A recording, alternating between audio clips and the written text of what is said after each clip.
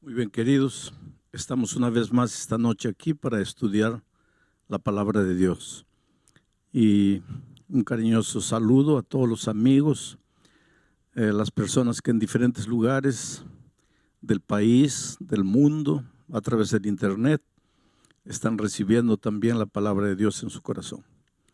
Hay una pregunta que todos nos hacemos desde que somos niños. ¿Dónde vive Dios? ¿Dónde es la casa de Dios? ¿Dónde habita Dios? Todas las noches voy a leer algunos versículos de la Biblia que tienen que ver con el tema del santuario, pero después voy a tomar el tema para ver cómo el tema del santuario tiene implicaciones en la vida diaria de las personas. El primer texto que quiero leer esta noche está aquí en el primer libro de Reyes, capítulo 8, versículo 49. Dice así, es una oración, dice así: tú oirás en los cielos, en el lugar de tu morada, su oración y su súplica, y les harás justicia. Después de leer este texto, quiero preguntarles, ¿dónde vive Dios? Dice, tú oirás su oración en el cielo, lugar de tu morada, donde habitas tú. Evidentemente, Dios habita en el cielo. Eso todos lo sabemos desde pequeñitos, ¿no? Miramos al cielo, Dios, el Padre nuestro dice, Padre nuestro que estás en los cielos. Y el Señor Jesucristo nos enseñó esa oración, que Dios está en los cielos. Ahora viene la segunda pregunta, ¿y en qué lugar del cielo? Porque los cielos son inmensos. ¿En qué lugar del cielo vive Dios? Y ahí quiero leerles el segundo texto de esta noche. Apocalipsis, capítulo 15, versículo 5, dice así.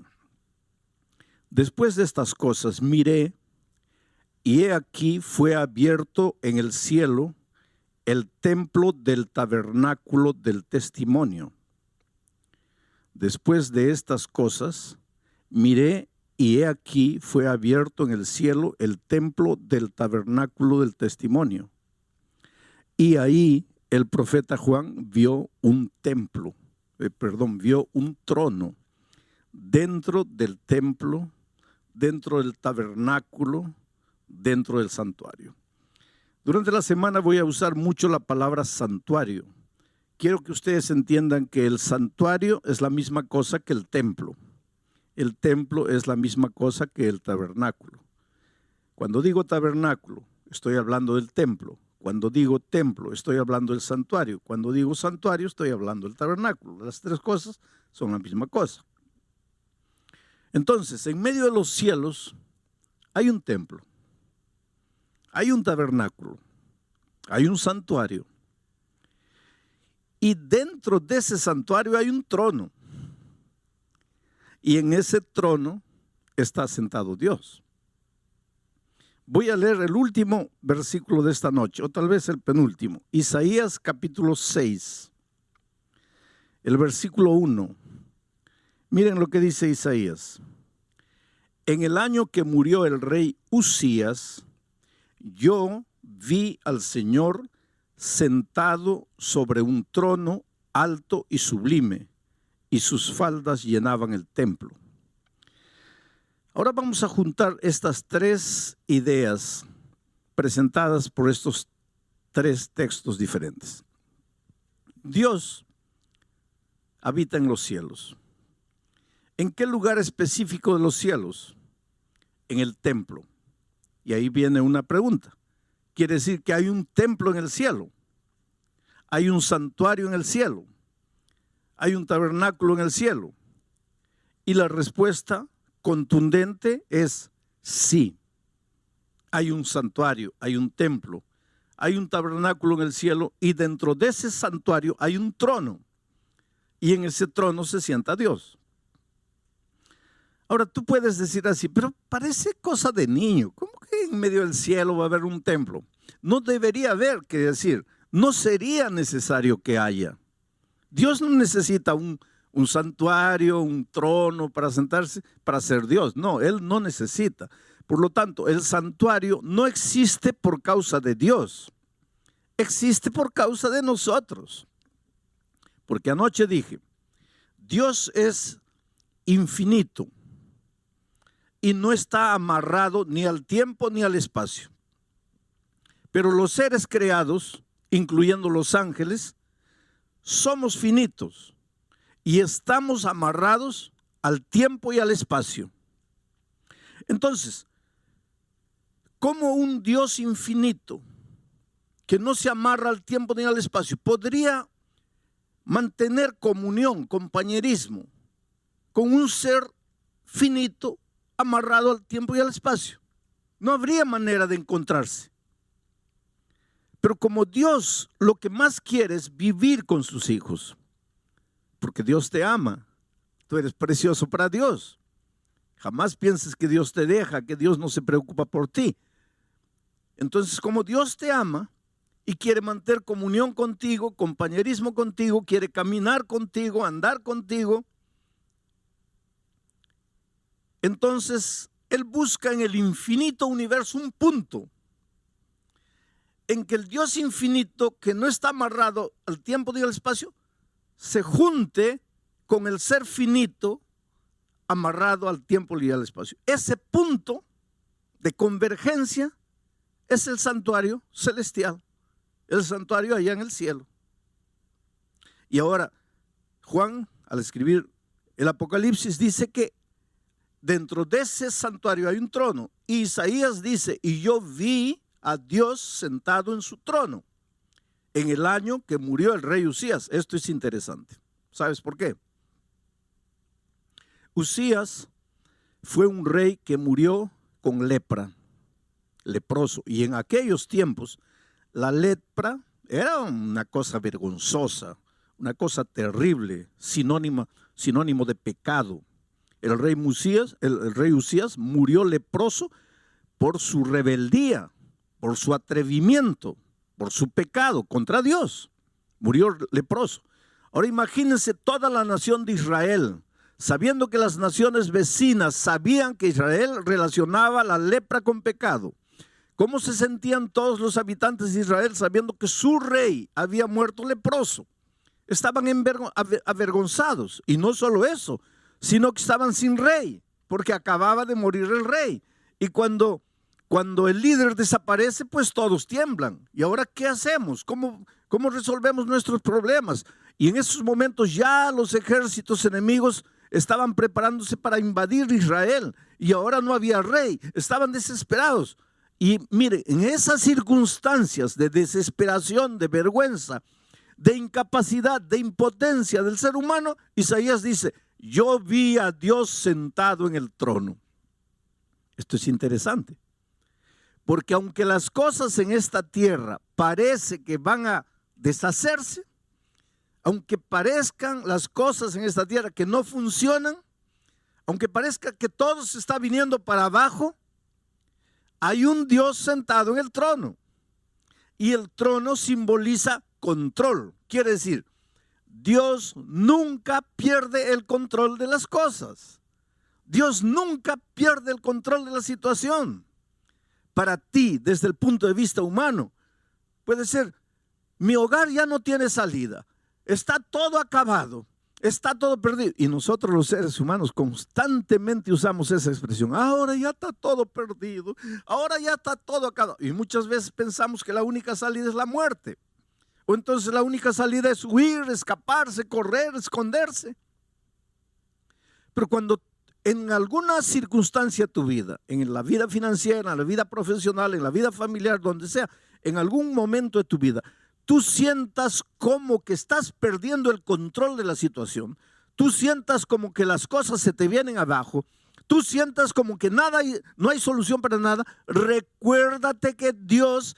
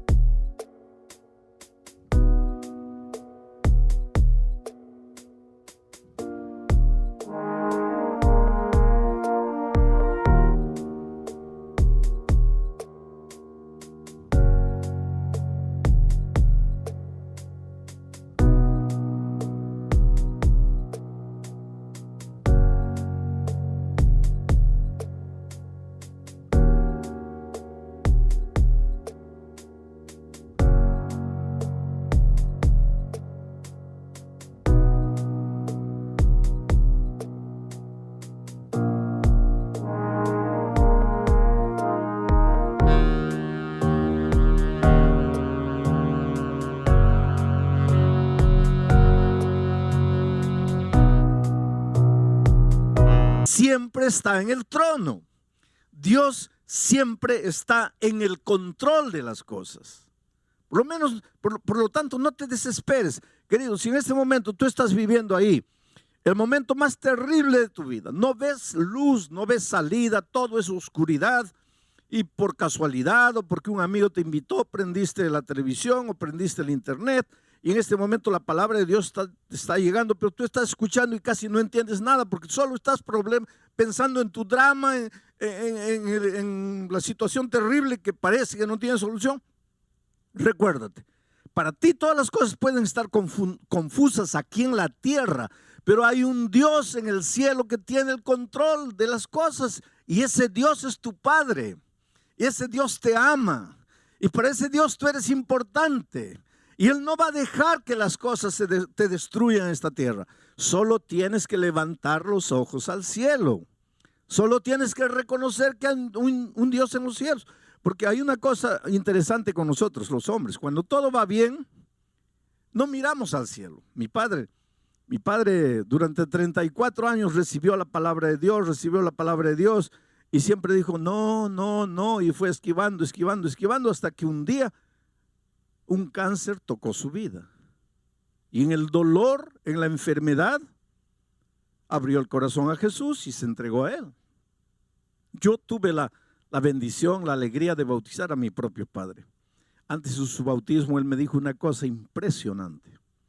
Me dijo: mira, hijo, cuando yo estaba bien de salud, cuando estaba en pie, cuando podía andar, caminar, yo solo miraba en el plano horizontal, o sea, lo que está en esta tierra.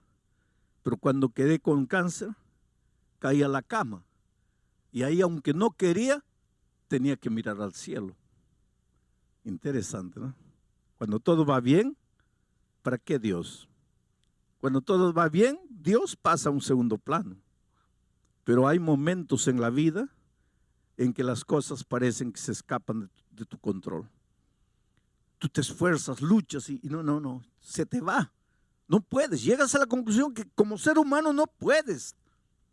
En esos momentos recuerda que Dios está en el trono y que Dios está en el control de todo. Ahora vengo al cuarto texto de la Biblia y aquí voy a detenerme porque este es el centro de mi mensaje para esta noche. Y es Romanos 6:23. Y esto, tal vez tú te preguntes qué tiene que ver con el tema del santuario, pero es justamente a partir de aquí que nace la importancia del santuario. Romanos capítulo 6, versículo 23. Dice así: porque la paga del pecado es la muerte, mas la dádiva de Dios es vida eterna en Cristo Jesús, Señor nuestro. Hay muchos pensamientos en este texto. Yo me voy a detener en un solo pensamiento. Mira, porque la paga del pecado. Primer pensamiento que podríamos analizar: ¿qué es el pecado? Y anoche ya lo dijimos. La gente confunde pecado con acto pecaminoso. Acto pecaminoso es robar, matar, mentir, codiciar. Esos son actos pecaminosos. Los actos pecaminosos aparecen en la vida de un ser humano porque está en pecado. ¿Y qué es pecado? Pecado es separarse de Dios. Todo lo que necesitas para ser un pecador es separarte de Dios, separarte de Jesús, que es la justicia. Y cuando te separas de la justicia, ya caes en el terreno de la injusticia, ya estás en el pecado. Y dice la Biblia que todos pecamos, todos nosotros los seres humanos llegamos al mundo trayendo esa naturaleza pecaminosa, venimos en estado de pecado. Y tú me vas a decir ahora: pastor, ¿quiere decir que todos estamos condenados a morir? Sí, todos estamos condenados a morir. Y alguien puede decir: ¿pero qué culpa tengo yo de haber nacido? No, tú no tienes culpa de haber nacido. Y no te vas a perder porque naciste pecador. Tú no tienes culpa de haber nacido. Pero Dios proveyó el remedio. Y si te mueres un día, si mueres la muerte eterna, no será porque has nacido pecador, será porque no tomaste el remedio. ¿Y cuál es el remedio? El remedio está en el santuario. Y vamos a entrar durante esta semana al santuario para encontrar el remedio para el problema del pecado. Bueno, vamos al texto de Pablo. Dice, porque la paga del pecado es la muerte. Muerte, pecado, muerte. El pecado te lleva a la muerte. Muerte y pecado son prácticamente la misma cosa. La paga del pecado es la muerte. Pero la dádiva de Dios es vida eterna. Dios, vida. Pecado, muerte. Dios, vida. Y esa vida la tenemos en Cristo Jesús. Y no es Cristo Jesús, punto, sino en Cristo Jesús, Señor nuestro. Ese es el asunto y ahí vamos a concentrarnos esta noche para entender la importancia del tema del santuario que vamos a ir trabajando durante la semana. Mucha gente tiene una idea equivocada de la muerte como paga del pecado. Tal vez porque nosotros tenemos una frase que dice así, el que la hace la paga. Entonces de ahí, de esa frase, el que la hace la paga, en nuestra mente surge, si peco, Dios me mata. Si peco, Dios me da la muerte. Si peco, Dios me castiga con la muerte, porque el que la hace, la paga. Y ahora viene Pablo y dice, porque la paga del pecado es la muerte. Entonces mucha gente vive con miedo de Dios.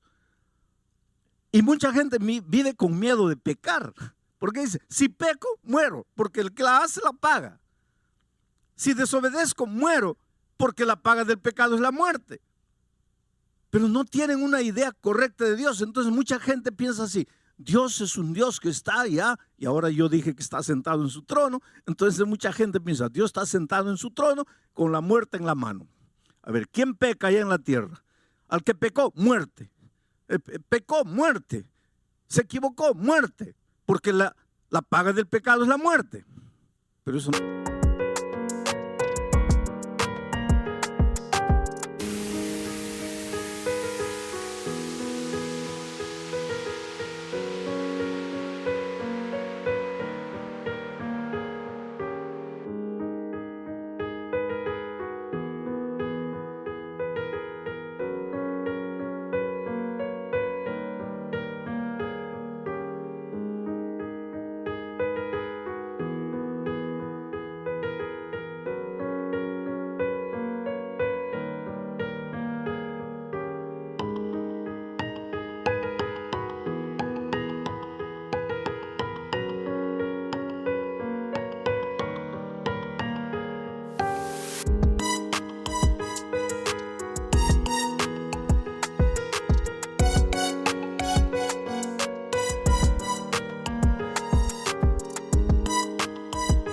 No es verdad. En primer lugar, hay que entender que Pablo no hablaba español. Pablo hablaba griego. Y cuando Pablo escribió la epístola a los romanos, no la escribió en español, la escribió en griego. Y fue necesario que la Biblia fuese traducida de los idiomas originales al español para que nosotros que no hablamos griego podamos entender. Y el griego es un idioma abundante. Por ejemplo, para la palabra amor, en griego hay 5 palabras diferentes. Pero en español, para la palabra amor, solo tenemos 1. Por eso nosotros, el ser humano, ama a la esposa, ama la comida, ama al gato, ama al loro, ama todo, porque solo tenemos la palabra amor. Pero en griego, no, en griego, para amor a Dios es una palabra, amor a la esposa es otra palabra, amor al hijo es otra palabra, amor entre hermanos es otra palabra, porque el griego es un idioma abundante. Entonces, mira, esta palabra, porque la paga del pecado es la muerte, podría ser traducida como, porque el resultado del pecado es la muerte, o como, porque la consecuencia del pecado es la muerte. A mí me gusta la traducción que presenta este texto así, porque el resultado del pecado es la muerte. El resultado del pecado es la muerte. Porque si tú piensas así, porque la paga del pecado es la muerte, ¿qué vas a pensar? Que la muerte es un castigo divino. Pero si tú ves el texto como el resultado del pecado, la muerte, no tiene nada que ver Dios con la muerte. Y ahora quiero que entiendas una cosa. Mira, Dios es vida. Dios no es muerte. Jesucristo dijo, yo soy el camino, la verdad y la vida. Jesús es la vida. Él dijo, yo he venido para que todos tengan vida y la tengan en abundancia. Juan dice, el que tiene al Hijo tiene la vida. El que no tiene al Hijo de Dios no tiene la vida. Por lo tanto, aquí está Jesucristo. Y este es el territorio de la vida. ¿Ah? Aquí del otro lado está el Señor de la muerte, el enemigo de Jesús. Y aquí está el territorio de la muerte. Vida y muerte no pueden andar juntas. Porque ¿qué cosa es la muerte? La ausencia de la vida. ¿Y qué es la vida? La ausencia de la muerte. Donde hay muerte no hay vida. Si Cristo es vida, si Dios es vida, ¿cómo te va a dar la muerte? Para darte la muerte, Él tendría que tener muerte. Pero Él es Dios, vida. En la vida no hay muerte. ¿Cómo es que te va a dar la muerte? ¿Cómo es que te va a castigar con la muerte? Porque para darte alguna cosa, Él tendría que tenerla. Pero Él es vida, Él no tiene muerte. Entonces, ¿qué es lo que está diciendo Pablo cuando dice, porque la consecuencia del pecado es la muerte? Porque el resultado del pecado es la muerte. Lo que Él está diciendo es lo siguiente, que si tú estás en Cristo, estás en la vida, estás vivo, porque estás en el territorio de la vida, porque Cristo es vida. Pero si Jesús es la vida y yo me separo de Jesús, ¿de quién me estoy separando? De la vida. Y al separarme de la vida estoy entrando al territorio de la muerte. Este es territorio de muerte. Mira, no muero, cuidado, no muero. Yo siempre digo, ojalá muriera. Porque si muriera, pues ya se acabó el dolor, se acabó el sufrimiento, se acabó la tristeza, se acabó la miseria, se acabó todo, porque el que muere ya no sabe nada. Los muertos no saben nada, dice Eclesiastés. Pero el asunto es que cuando me separo de Jesucristo, entro al territorio de la muerte, pero no muero, sigo respirando, sigo viviendo, sigo comiendo, sigo trabajando, sigo vendiendo, sigo entrando, sigo saliendo. Solo que la vida ya no es más vida. Porque para tener vida, solo en Cristo, porque Él es la vida. Me separo de Jesucristo, ya entro al territorio de la muerte. No dejo de respirar todavía. Aquí está el Señor de la muerte. Un día voy a recibir la muerte eterna, pero es un camino largo. Desde que me separo de Jesucristo hasta la muerte eterna, es un camino largo que la Biblia le llama camino de condenación. Camino de condenación. En este camino voy muriendo lentamente. En este camino suceden dos cosas. Mira, la primera, el diablo te puede quitar todo. Te quita el matrimonio, tu matrimonio se deshace. Te quita los hijos, los mete en las drogas, en los vicios, en la promiscuidad. Te quita la vida financiera, te hunde en las deudas. Y al hundirte en las deudas no sabes qué hacer de dinero, te metes a robar. Por lo tanto te quitan los valores, te quitan los principios. Vas muriendo. Este morir no es instantáneo. Es un morir, muriendo todos los días. Vas muriendo, muriendo, muriendo, muriendo. Hasta que llega un momento que dices, Dios mío, ¿para qué estoy en esta tierra? ¿Para qué vine al mundo? ¿Para qué estoy aquí? Mejor me muriera. Pues que estás en el territorio de la muerte. Esa es una de las cosas que te puede suceder en el territorio de la muerte. La otra cosa es que el diablo te puede dar todo. Te da dinero, te da poder, te da fama, te da una mansión, te da un auto nuevo, te da todo. Pero no te da paz, porque el diablo para darte paz tendría que tener paz y él no tiene paz. Entonces no te puede dar paz. Entonces el dinero, la fama, el poder, la gloria no te sirven de nada porque no tienes paz. En la noche llegas, te acuestas, te revuelcas en la cama de un lado para otro, cuentas carneritos para dormir, y no duermes. Entonces, ¿qué pasa? Una pastilla para dormir. El mes siguiente, 2 pastillas. El otro mes, 3 pastillas. Llega un momento que estás enviciado en pastillas y no duermes. Hay gente que me dice, pastor, yo no sé qué me pasa. Yo no he hecho nada de malo. Yo no he ofendido a nadie. Yo no le debo a nadie, pero no tengo paz. Vives angustiado, vives vacío, vives desesperado. Esa no es vida, querido. Esa no es vida. Dios te ama, Dios quiere que seas feliz, Dios quiere lo mejor de lo mejor para ti. Pero hay una cosa, Él no puede hacer nada contra tu voluntad. Él respeta mucho tu voluntad. Bueno, estás en el territorio de la muerte. ¿Hay solución para ti?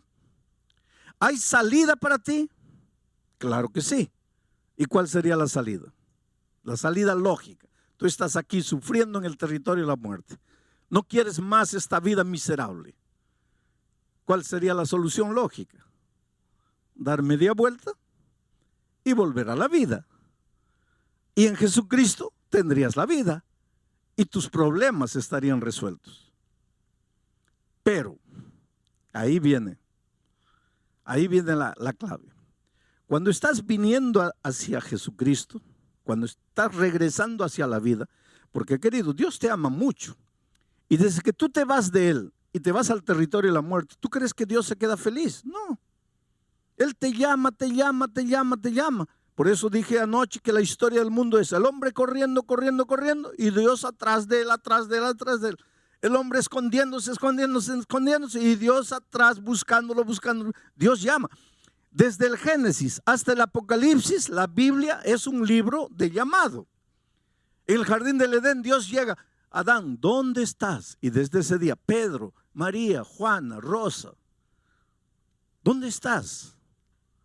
Elisa, ¿dónde estás? El diablo te llama, o el Señor Jesucristo te llama con amor, te suplica. El Señor siempre está buscando. Dice Jesús en el Antiguo Testamento, no quiero la muerte del impío, sino que regrese y vuelva. Dice, volved, volved, ¿por qué moriréis, oh casa de Israel?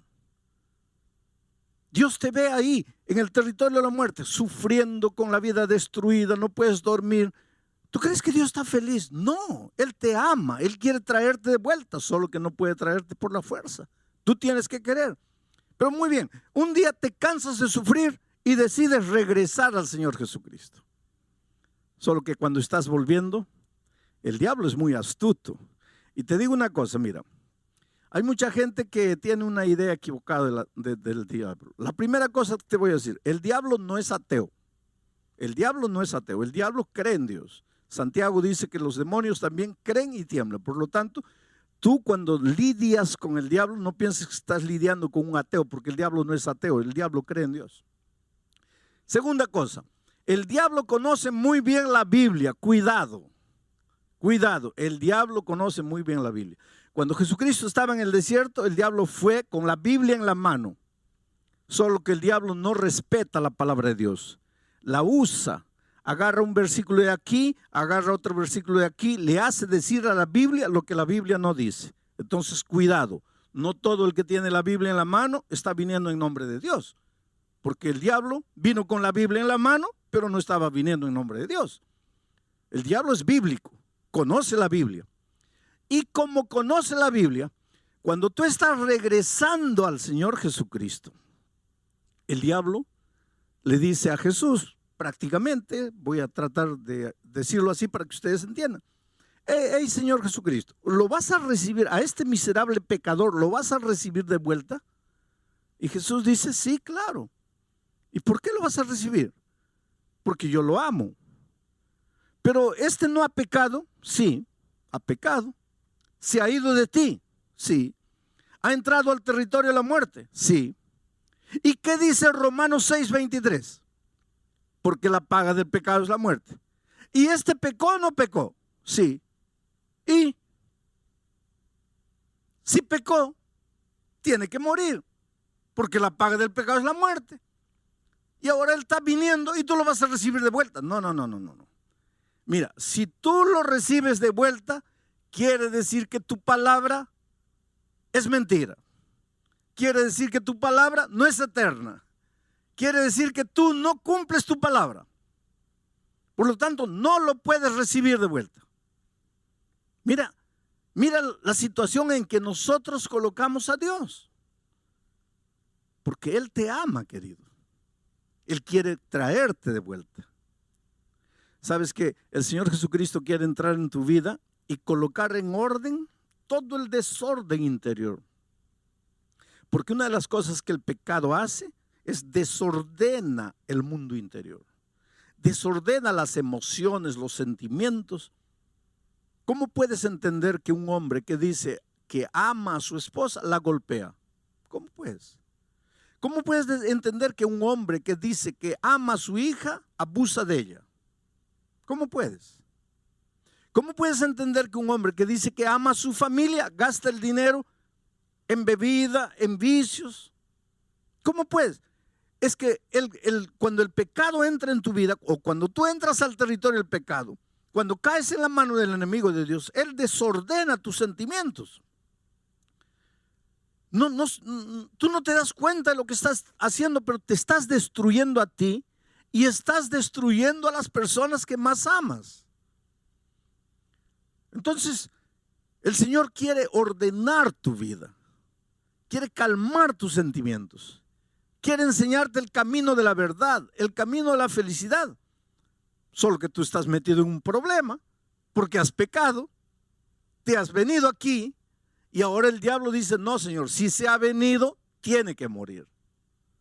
Pues ahí entra la persona maravillosa de Jesucristo. Porque Jesucristo dice así: está bien, Él pecó y tiene que morir. Ya, porque el resultado del pecado es la muerte. Y Él se apartó, tiene que morir. Pero yo lo amo. Yo lo amo. Sí, pero Él pecó. Es verdad que pecó, pero yo lo amo. Sí, pero ese no es el problema, que si lo amas o no lo amas. El asunto es que Él entró al territorio de la muerte y tiene que morir. Y Jesús dice así: sí, pero en ninguna parte de la Biblia dice que yo no puedo morir en lugar de Él. Entonces, Él tiene una deuda que tiene que pagarla con su muerte porque ha pecado. Pero yo voy a ir a la tierra y voy a morir, y con mi muerte voy a pagar su pecado. Y es eso lo que hizo el Señor Jesucristo. Vino a este mundo para morir por nosotros. Y hoy día, gracias a la muerte de Cristo, nosotros podemos recibir la vida eterna. Solo que este asunto de Cristo vino, murió por mí, es difícil de entender al ser humano. Y para que el ser humano entienda, ¿qué es lo que hizo Dios? Mandó a los israelitas construir el santuario. Porque en el santuario el Señor fue explicándoles cómo es que se puede solucionar el problema del pecado.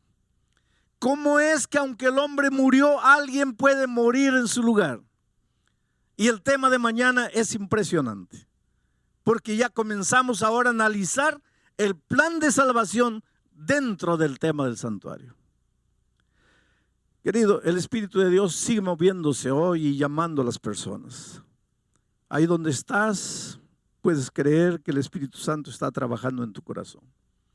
Tú corres, el Espíritu te sigue y te sigue. Mira, hay un joven llamado Patricio.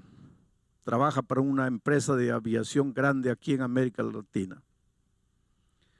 Ese muchacho nació y creció amando mucho al Señor Jesucristo, amando mucho a la Virgen María, amando mucho a sus padres, amando mucho la fe de sus padres, de sus abuelos, de sus bisabuelos.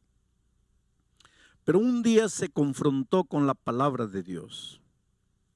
Y sabes, la vida del cristiano es crecimiento y es aprendizaje. Yo siempre digo, mira, si estás vivo, tienes que aprender. Los muertos no aprenden. Cuando yo encuentro una persona que no quiere aprender, yo pienso, esa persona está muerta y no se da cuenta que está muerta. Inclusive Juan, hablando en nombre del Señor Jesucristo a la iglesia, a las iglesias del Apocalipsis, les dice: tienes nombre de que vives, pero estás muerto. Una persona que no quiere aprender, una persona que se resiste a aprender, está muerta.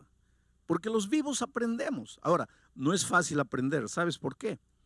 Porque ¿qué cosa es aprender? Aprender es salir de lo que conoces y entrar al terreno que no conoces. Aprender es salir de la playa y nadar en aguas profundas. Y esto es doloroso, porque el ser humano inconscientemente tiene miedo de lo desconocido. Por eso es que hay mucha gente que no quiere aprender. Pero Patricio descubrió la palabra de Dios. Y en la palabra de Dios hay cosas que a veces tú nunca has descubierto. Y a medida que él comenzó a descubrir las verdades, comenzó a sufrir en su corazón con las verdades, porque no es fácil aprender y crecer. Él conoció a una persona a través del internet. Y esta chica, cuyo nombre no sé si tengo escrito aquí, no lo tengo. ¿Cómo te llamas? ¿Ah? Jessica. Jessica conoció a Patricio a través del internet, hace unos 4 años atrás, y comenzó a evangelizarlo a través del internet. ¿Qué quiere decir evangelizar? A hacerle conocer el evangelio a través del internet.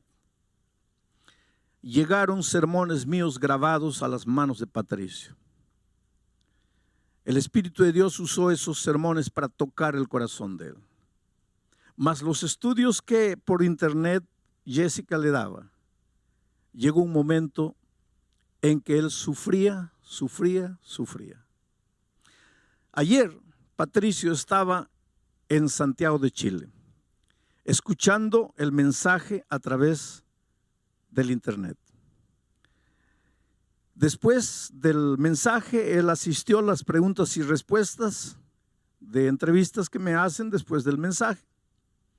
Y en una de esas respuestas, o en una de esas preguntas, me preguntaron: ¿cuál es el lugar de los sentimientos en la vida cristiana? Porque Patricio estaba sufriendo. Él decía: mi cabeza ya entendió el mensaje, pero es que mi corazón todavía no siente. Mi cabeza ya comprendió todo. Yo racionalmente sé que este es el camino que Dios quiere para mí, que yo debería bautizarme y nacer de nuevo, pero mi corazón no siente.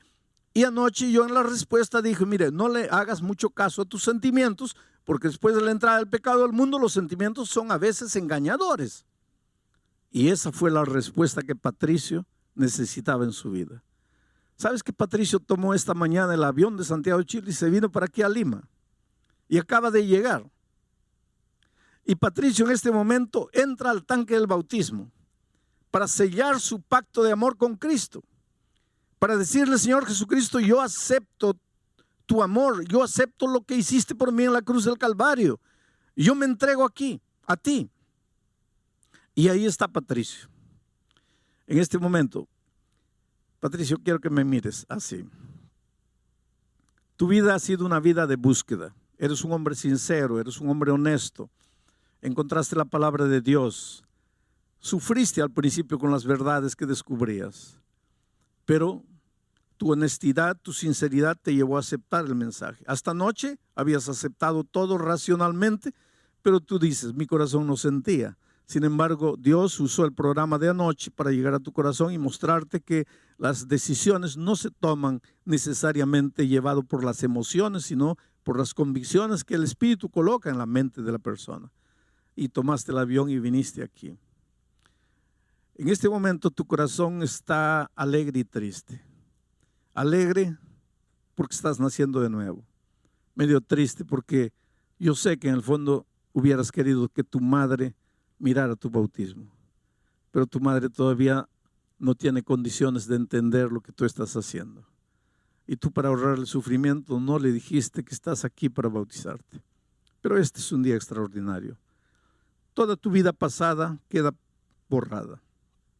Y para que de aquí para adelante vivas una vida victoriosa en Cristo, Por tu fe, el pastor Bill Quispe, como ministro del Evangelio, por el mandato divino, te bautiza en nombre del Padre, del Hijo y del Espíritu Santo. Amén.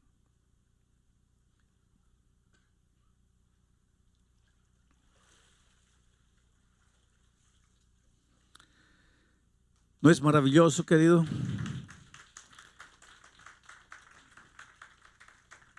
Qué escena linda, ¿no es cierto? Tú sabes cómo es emocionante saber que cuando naciste recibiste una hoja en blanco de Dios para escribir una historia. Y a veces a